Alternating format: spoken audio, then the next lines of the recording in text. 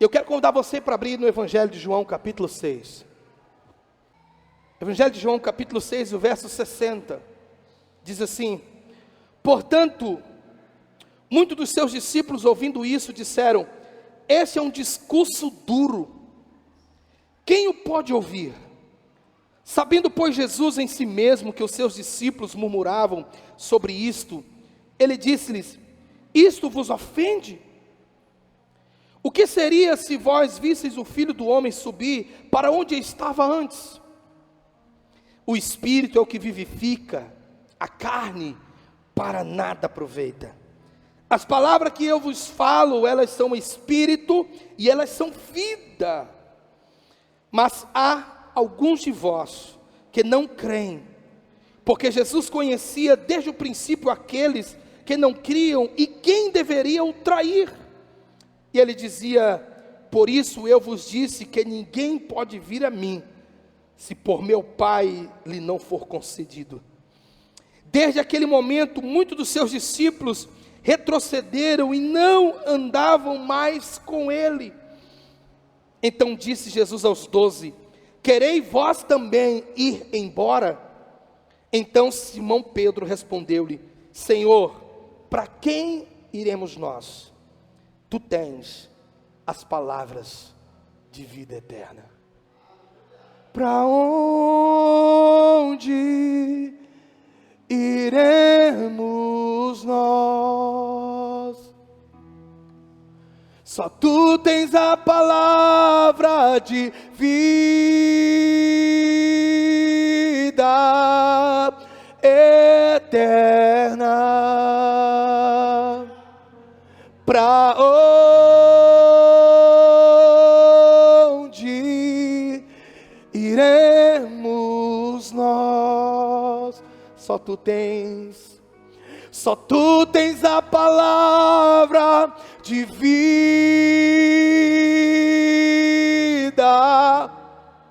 eterna. Para onde iremos nós? Tu és o pão do céu, o Deus Emanuel.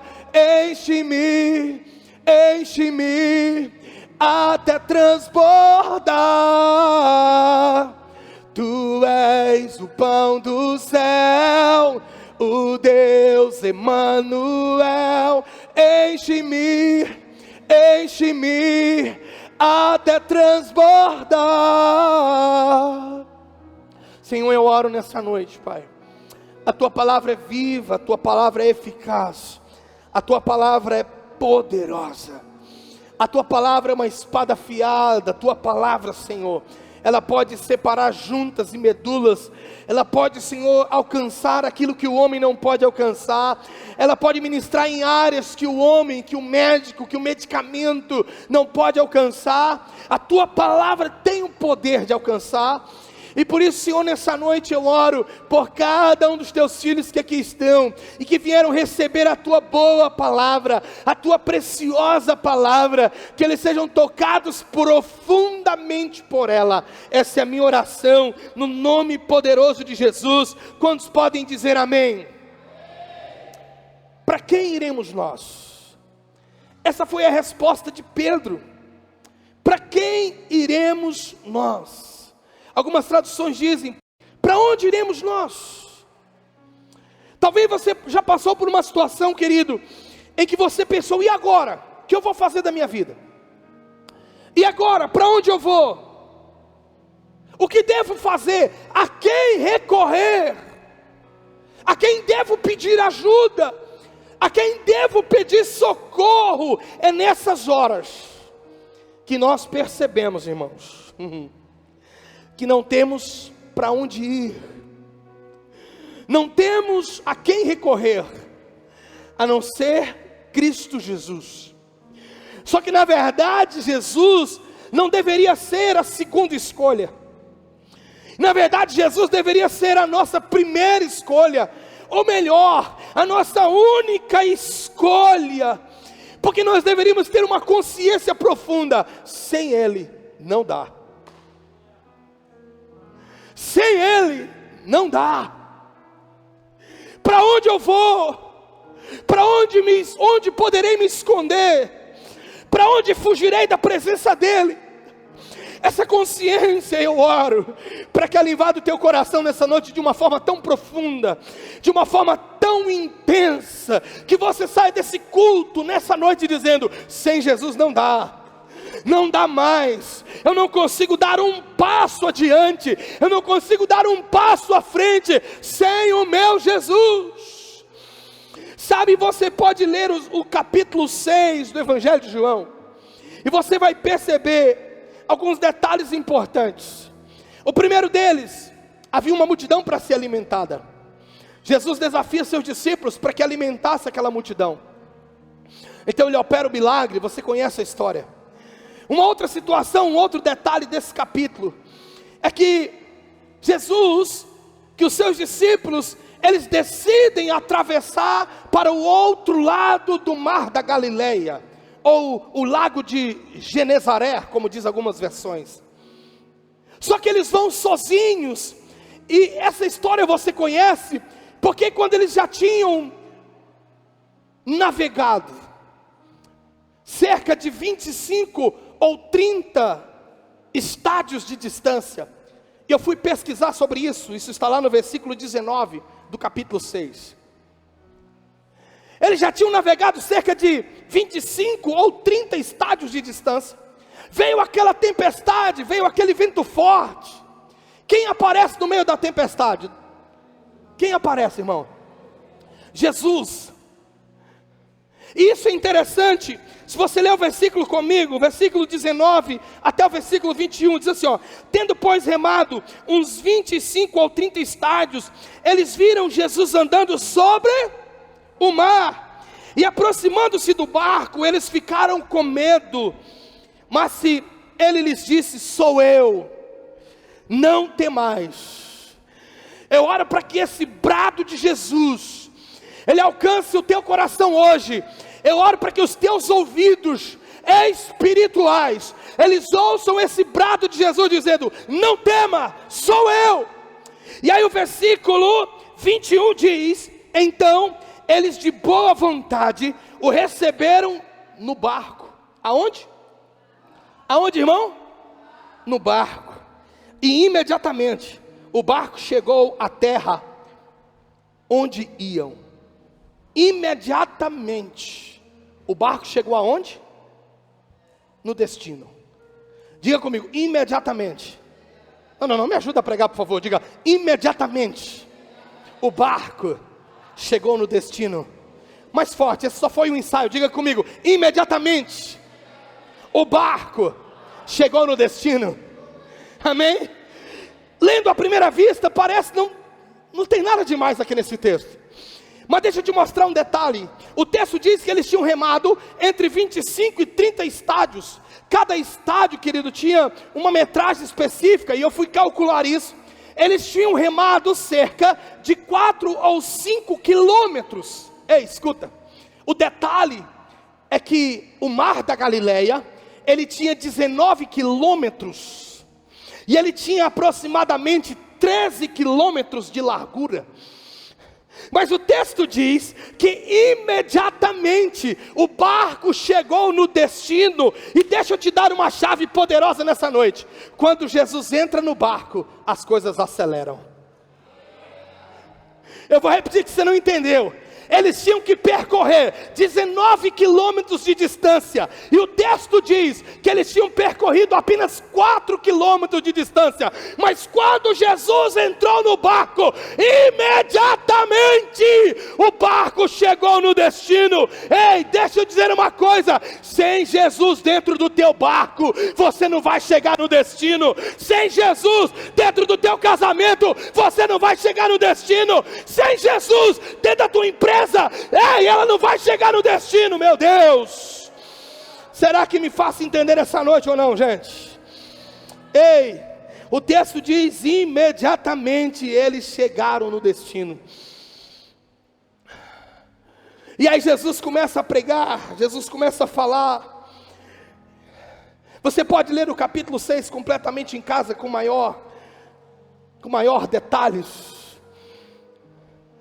Mas pula um pouco lá para o versículo 60 que lemos. Jesus acabara de fazer um discurso. Jesus acabara de apresentar-se a eles como o pão vivo que desceu dos céus. Jesus acabara de dizer para eles: olha, se vocês não comerem da minha carne, não beberem do meu sangue, vocês não terão a vida eterna. Mas aquele que come e bebe da minha carne, e bebe do meu sangue, eu o ressuscitarei no último dia. E Jesus continua a falar firmemente com eles. E o texto que lemos diz que o discurso foi duro. Eles disseram: quem pode suportar esse discurso? Quem pode suportar essas palavras de Jesus? Jesus vira para os discípulos e pergunta: vocês também querem ir embora? Ei, eu estou aqui relembrando com você o cenário das palavras de Pedro. Eles acabaram de ver um milagre. Eles acabaram de viver uma unção de aceleração na vida deles. Eles acabaram de ouvir uma pregação dura de Jesus. Jesus vira para eles e pergunta: vocês também querem ir embora? O versículo 66, irmãos, diz que muitos foram embora. Muitos deixaram de seguir a Cristo. E Jesus pergunta: vocês também querem ir embora? Então Pedro responde: para quem iremos nós?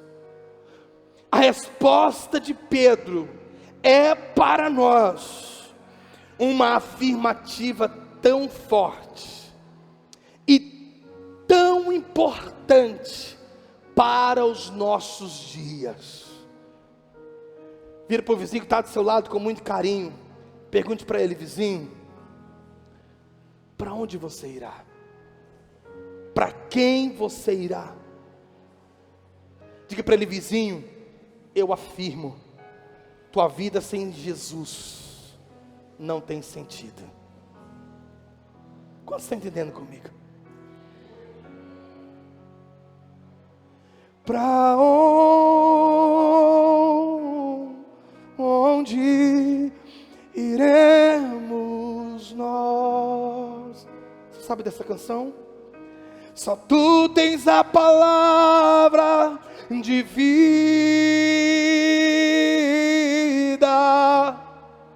eterna.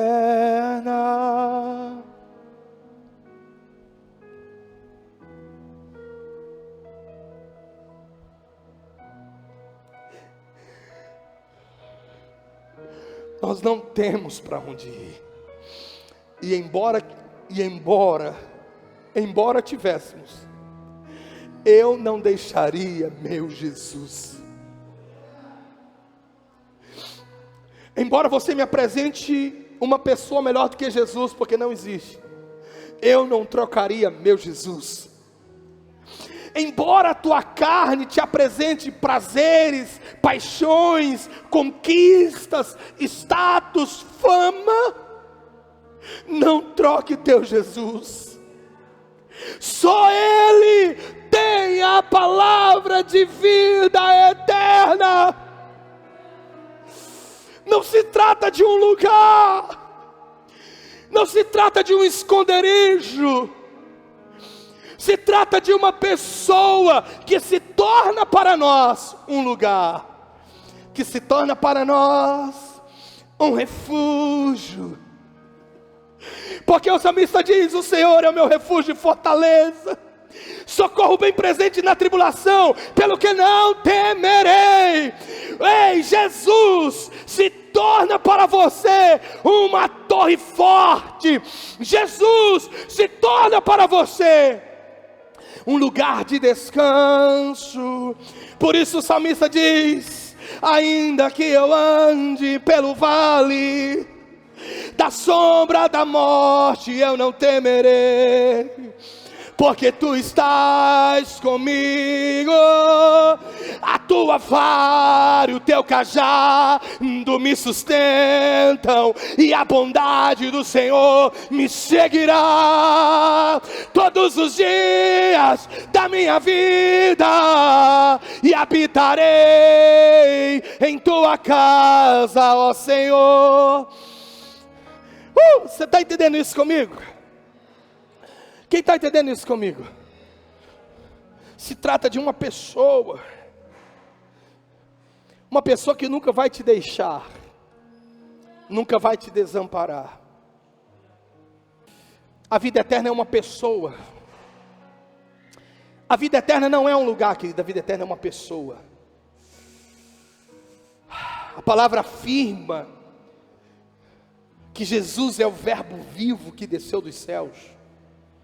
A palavra afirma em João 17:3 que a vida eterna é conhecer a Jesus. O que é a vida eterna? Eu não ouvi, gente, tô meio surdo hoje. O que é a vida eterna? Conhecer a Jesus. Não temos para onde ir.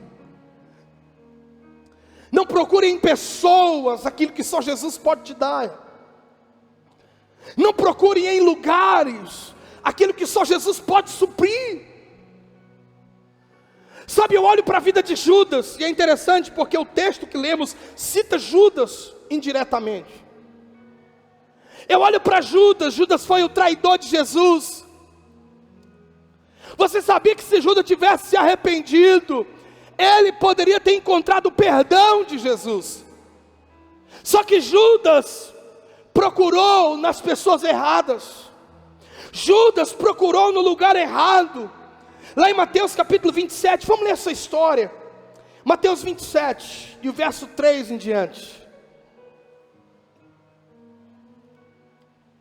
Diz assim a palavra: então Judas, o que o traiu, vendo que Jesus fora condenado, tocado de remorso, devolveu as 30 moedas de prata aos principais sacerdotes e aos anciãos, dizendo: pequei traindo sangue inocente. Eles, porém, responderam: que nos importa? Isso é contigo, é problema teu. Então Judas, atirando para o santuário as moedas de prata, retirou-se e foi enforcar-se. Escuta, por que Judas não procurou Jesus? Por que Judas não esperou 3 dias? Jesus ressuscitaria, ele procuraria Jesus, Jesus o perdoaria, e ele começaria uma nova história.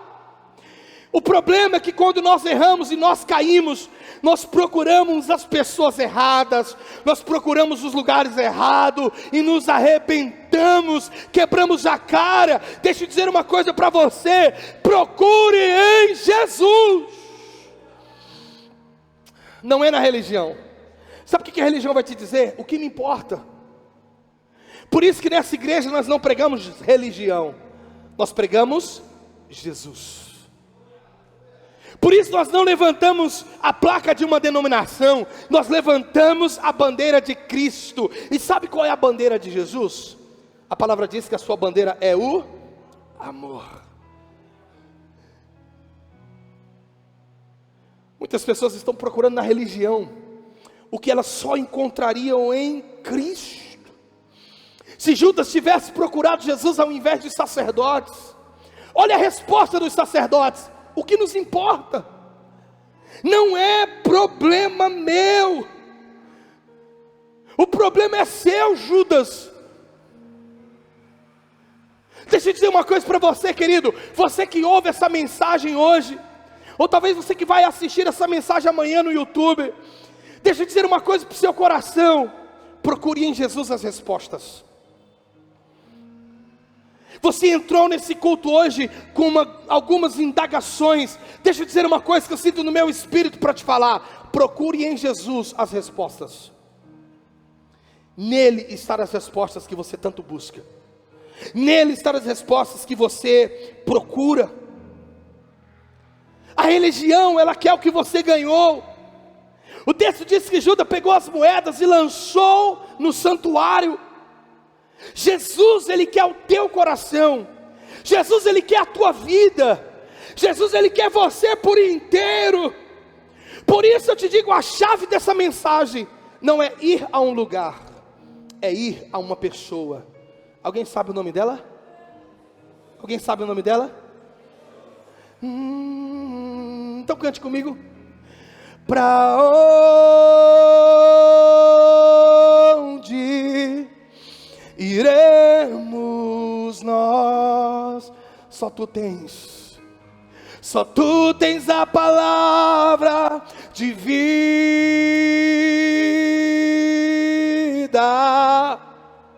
eterna.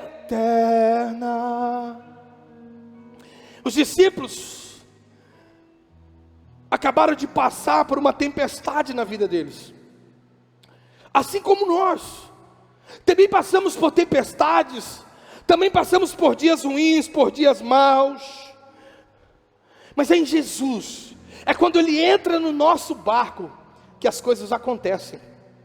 Pegou aí, irmão? É quando Jesus entra no teu barco que as coisas acontecem. Eu vou repetir até você entender. É quando Jesus entra no teu barco que as coisas acontecem. Você está entendendo isso comigo? Escuta uma verdade nessa noite. Pertencer à igreja de Cristo é uma consequência de estarmos nele. Vou repetir porque você não entendeu.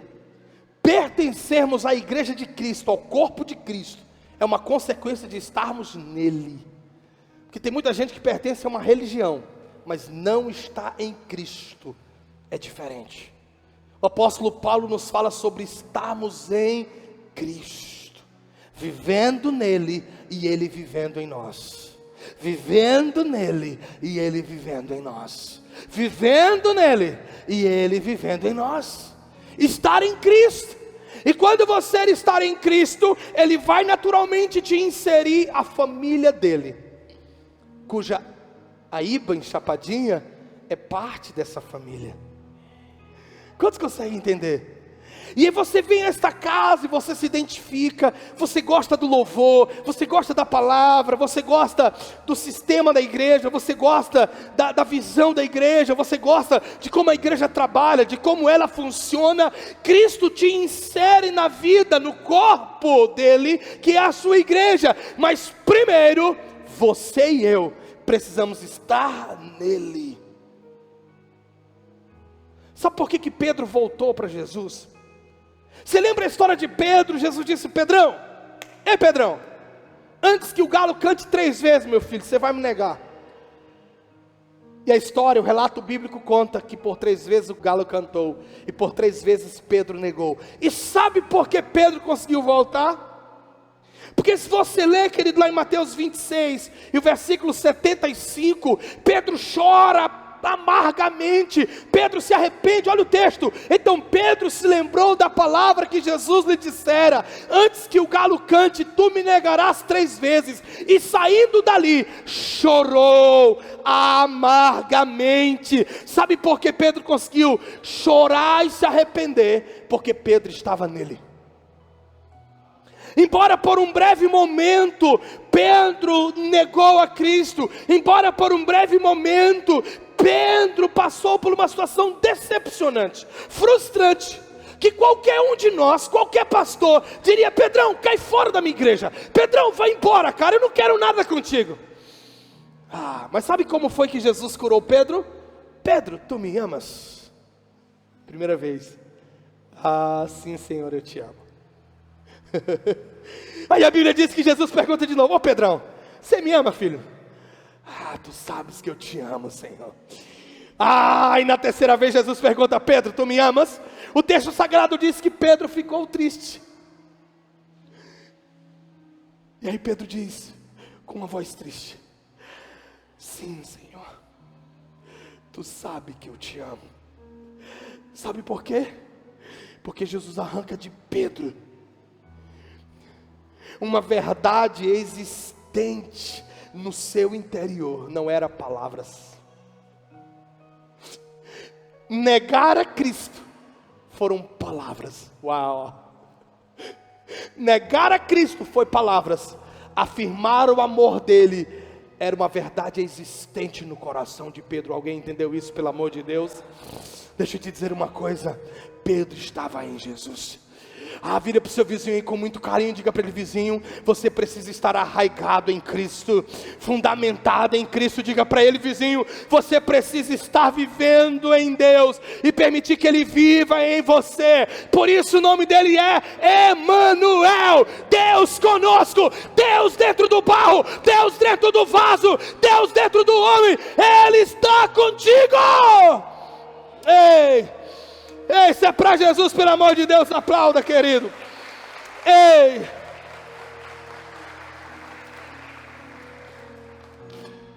Ei, escuta. Não existe um lugar que sejamos protegidos. Não existe nenhum bunker que nos proteja de Cristo. O salmista disse: se eu descer as profundezas, lá o Senhor está. Se eu subir ao céu, o Senhor também está. Se eu fizer a minha cama debaixo, o Senhor também está. Para onde quer que eu vá, o Senhor está comigo. Não temos como fugir de Jesus. Não existe nenhum bunker nessa terra que vai te fazer escapar da presença do Senhor. O livro de Apocalipse, no capítulo 20, no capítulo 21, um desses dois capítulos, diz que passarão os céus e a terra da presença do nosso Jesus. Nada ficará diante dele, só você, face a face com teu Jesus. Não tem como fugir. Então deixa eu te dar uma dica. Se não temos como fugir na era presente, se não teremos como fugir na era futura, eu te dou a dica. Então para de fugir agora. Te entrega a Ele. Para onde iremos nós? Para de fugir. Só tu tens a palavra de vida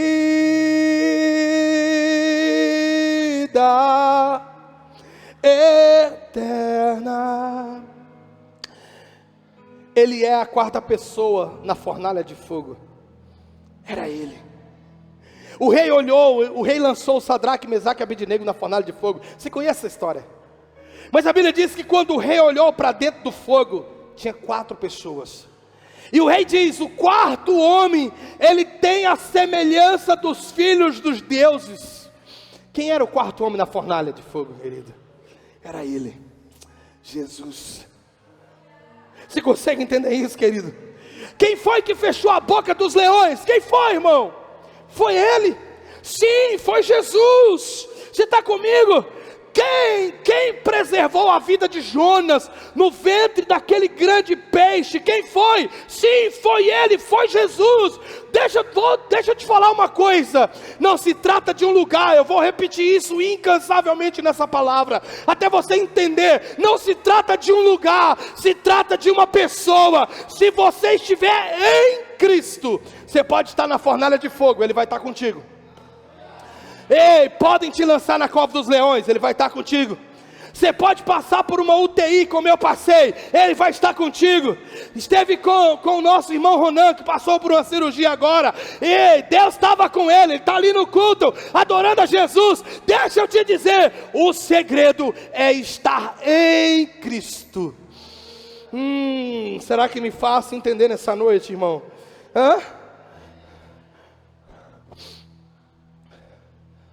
Então quando a sua fé esmorecer,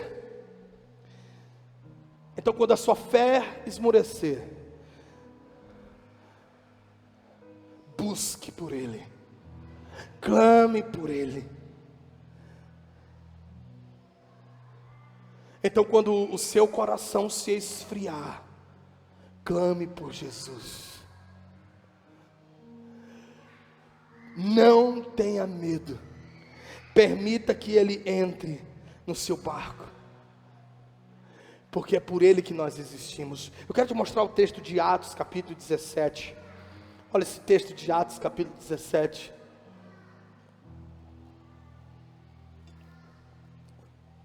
Atos 17, o versículo 28, diz: pois nele vivemos, e nos movemos, e existimos.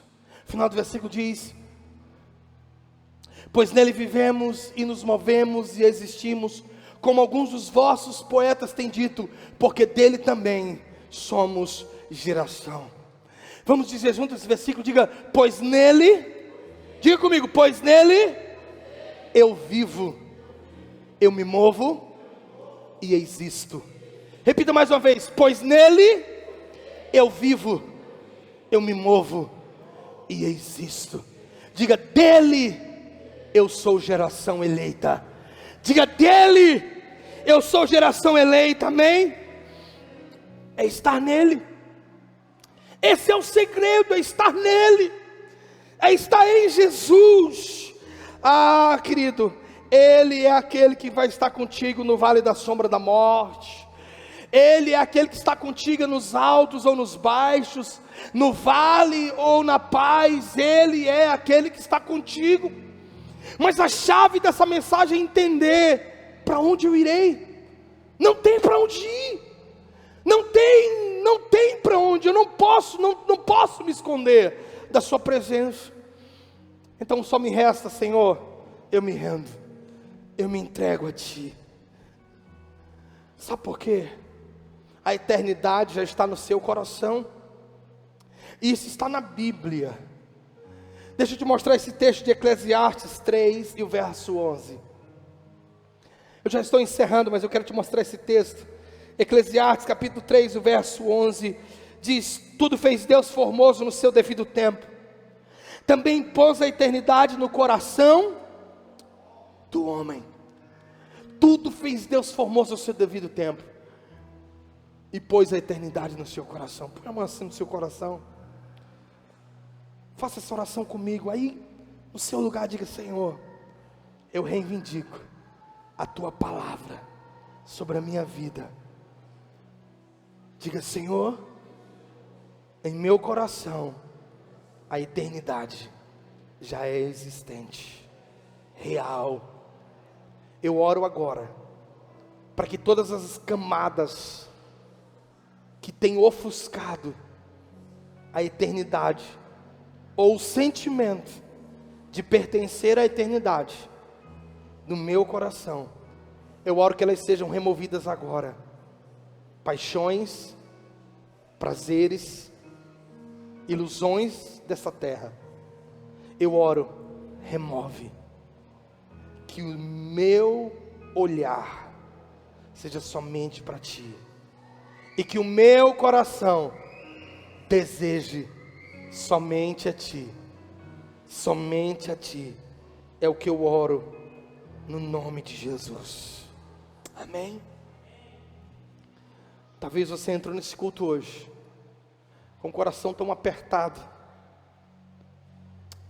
e você entrou fazendo essa pergunta: para onde eu irei? Para quem eu irei? A palavra te deu a resposta hoje. Para Jesus. Ele é aquele que pode trazer refrigério para o teu coração. Ou será que você vai embora como os outros foram?